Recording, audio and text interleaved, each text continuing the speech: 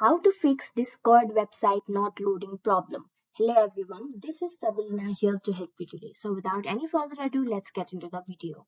So first open your browser and then on your right hand side on the top, you will see this three dot option. Simply tap on it and after that, simply go to settings. After you have landed in this interface, simply go to privacy and security and then go to third party cookies.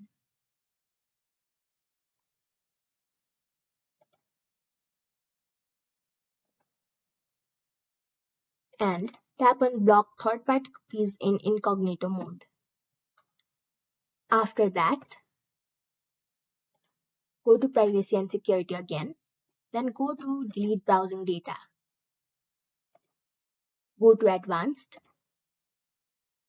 and simply tap on delete data. This will delete all the cached websites or cached data in your websites, including your Discord's cached data. So the next step is revert your settings. And then if there is an hardware accelerating button, simply tap on it. For now, I have the graphics acceleration when available, so simply toggle this on and you will be done.